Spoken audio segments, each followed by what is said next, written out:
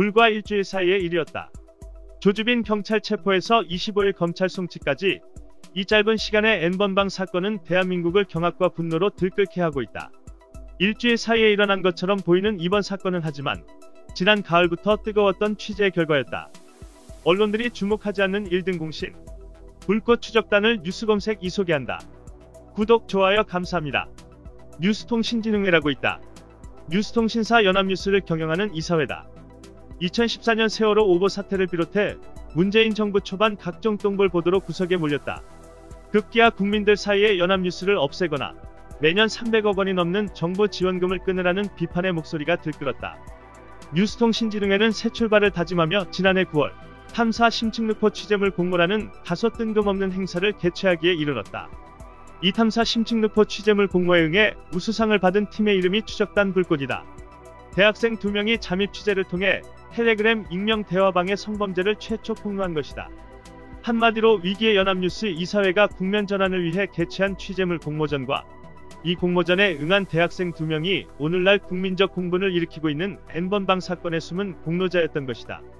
특히 대학생 2명이 참여한 불꽃 추적단을 우리는 기억해야만 한다.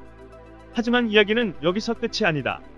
당시 불꽃 추적단의 익명 대화방 잠입 취재를 연속 기획으로 공론화한 언론이 있었다. 바로 한겨레였다.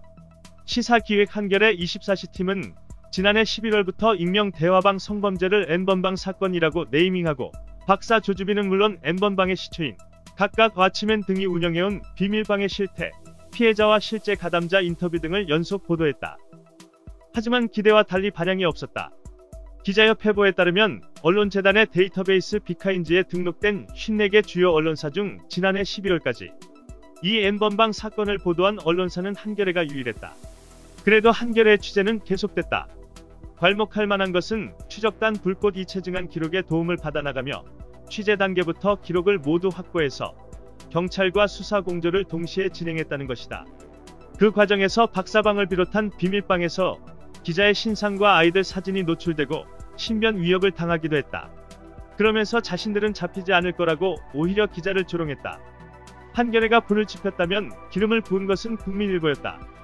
국민일보는 지난 9일부터 N번방 추적기를 연속 보도했다. 추적단 불꽃과 함께 지난 6개월간 N번방을 잠입 취재한 기록이었다. 박사는 검거됐고 와치맨은 이미 구속 상태며 각각 또 검거 초읽기에 들어갔다고 한다. 기레기들이 판치는 시대에 그래도 기자 정신은 살아있다. 한겨레와 국민일보 취재팀에 박수를 보내자. 그리고 무엇보다 우리는 2명의 대학생 추적단 불꽃을 기억해야만 한다. 기덕이는 살처분이 답이다. 이상 뉴스검색이었습니다. 구독과 좋아요 부탁드립니다.